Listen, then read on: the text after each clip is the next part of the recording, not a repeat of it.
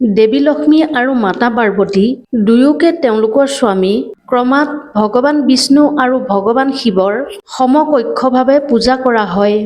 দেৱী লক্ষ্মীক ধন অধিষ্ঠাত্ৰী দেৱী বুলি কোৱা হয়। সেইবাবে তেওঁক মন্দিৰত পূজা কৰাৰ উপৰিও প্ৰতি ঘৰে ঘৰে পূজা কৰা হয়। পৰিয়ালত সুখ সমৃদ্ধি বৃদ্ধি হ'বৰ কাৰণে সকলোৱে লক্ষ্মীক প্ৰসন্ন কৰিবলৈ তেওঁক পূজা অৰ্চনা কৰে। কিন্তু আপুনি এটা কথা মন কৰিছেনে? লক্ষ্মী দেৱী ইমান পূজনীয় হোৱাৰ পিছতো ভগৱান বিষ্ণুৰ চৰণতহে তেওঁৰ স্থান কিয়? আপুনি কেতিয়াবা ভাবিছেনে ইয়াৰ অৰ্থ কি হ'ব পাৰে? নাইবা স্বামীৰ চৰণ স্পৰ্শ কৰি থকাই পত্নী ধৰ্ম হ'ব পাৰে নেকি? মা লক্ষ্মী ভগৱান বিষ্ণুৰ চৰণৰ ওচৰত এনেই বহি নাথাকে। ইয়াৰ বহুতেই বেছি মহত্ব আছে। আৰু আজি আপোনালোকক ইয়াৰ সৈতে জড়িত পৌৰাণিক কাহিনীৰ বিষয়ে ক'বলৈ লৈছোঁ। এই পৌৰাণিক কাহিনীটোৱে মা লক্ষ্মীয়ে নাৰদ মুনিৰ আগত অৱগত কৰিছিল। নাৰদ মুনিৰ এটা বিশেষ বৈশিষ্ট্য আছে যে তেওঁ প্ৰতিটো কথা জানিবলৈ সদায় উৎসুক হৈ থাকে। সেইবাবে উৎসুকতাৰে তেওঁ দেৱী লক্ষ্মীক সুধিলে যে দেৱী, আপুনি ভগৱান বিষ্ণুৰ চৰণ কিয় হেঁচুকি থাকে? দেৱীয়ে বহুতে সহজভাৱে নাৰদ মুনিক ক'লে, মনুষ্যৰ পৰা আৰম্ভ কৰি সকলো দেৱ-দেৱতাৰ ওচৰতেই গ্ৰহ নক্ষত্ৰই ভাল বেয়া প্ৰভাৱ পেলায়।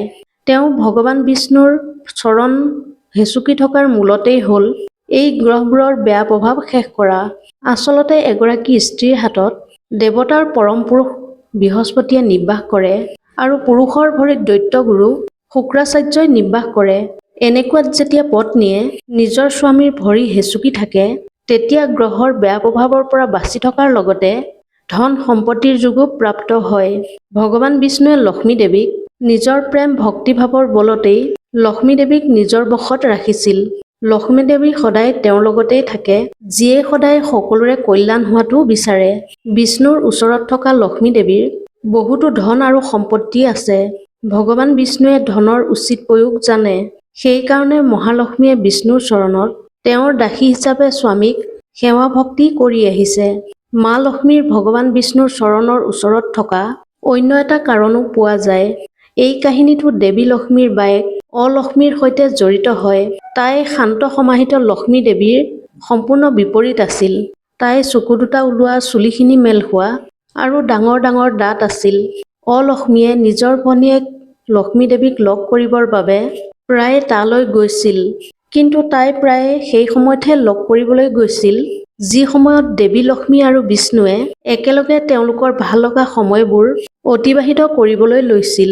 বায়েকৰ এনেকুৱা আচৰণত দেৱী লক্ষ্মীৰ অলপো ভাল নালাগিছিল আৰু তেওঁ অলক্ষ্মীক কৈছিল, তুমি মোৰ স্বামীক আৰু মোক অকলশৰে কিয় থাকিবলৈ নিদিয়া? তেতিয়া অলক্ষ্মীয়ে ক'লে, কোনেও মোক পূজা নকৰে, আৰাধনা নকৰে, মোৰ স্বামীও মোক এৰি গুচি গ'ল, সেয়ে তুমি যলৈকে যাবা ময়ো তোমাৰ লগতে যাম। তেতিয়া দেৱী লক্ষ্মী ক্ৰোধিত হৈ পৰিল আৰু আৱেগত অলক্ষ্মীক অভিশাপ দিলে যে মৃত্যুৰ দেৱতা তোমাৰ স্বামী হয়। য'ত লেতেৰা, ঈৰ্ষা, লোভ, আলস্য থাকিব, তাতেই তুমি বসবাস কৰিবা। এইদৰে দেৱীয়ে বিষ্ণুৰ চৰণত বহি তেওঁৰ চৰণৰ লেতেৰাবিলাক আঁতৰাই থাকে, যাতে অলক্ষ্মী বিষ্ণুৰ চৰণলৈ আহিব নোৱাৰে। আৰু এইদৰে তেওঁ নিজৰ স্বামীক অন্য স্ত্ৰীৰ পৰা আঁতৰত ৰখোৱাৰ বাবে সকলো চেষ্টা অব্যাহত ৰাখে। বিশ্বাস কৰা হয় যে সৌভাগ্য আৰু দুৰ্ভাগ্য একেলগে থাকে।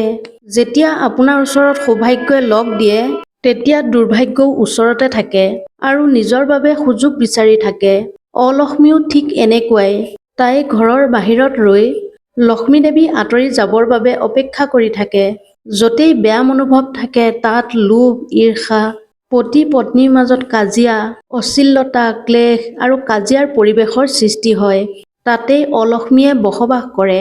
অলক্ষ্মীক আঁতৰত ৰাখিবৰ কাৰণে আৰু লক্ষ্মী দেৱীক আমন্ত্ৰণ কৰিবৰ কাৰণে হিন্দু ধৰ্মৰ প্ৰত্যেকৰ ঘৰতে চাফ-চিকুণ আৰু সদায় পূজা-পাঠ কৰা হয়, যাতে ঘৰখনৰ ব্যক্তিসকল নকাৰাত্মক শক্তিৰ পৰা বাচি থাকে। যদি ভিডিঅ'টো আপোনালোকৰ ভাল লাগিল তেনেহ'লে চেনেলটো ছাবস্ক্ৰাইব কৰিবলৈ নাপাহৰিব। ধন্যবাদ।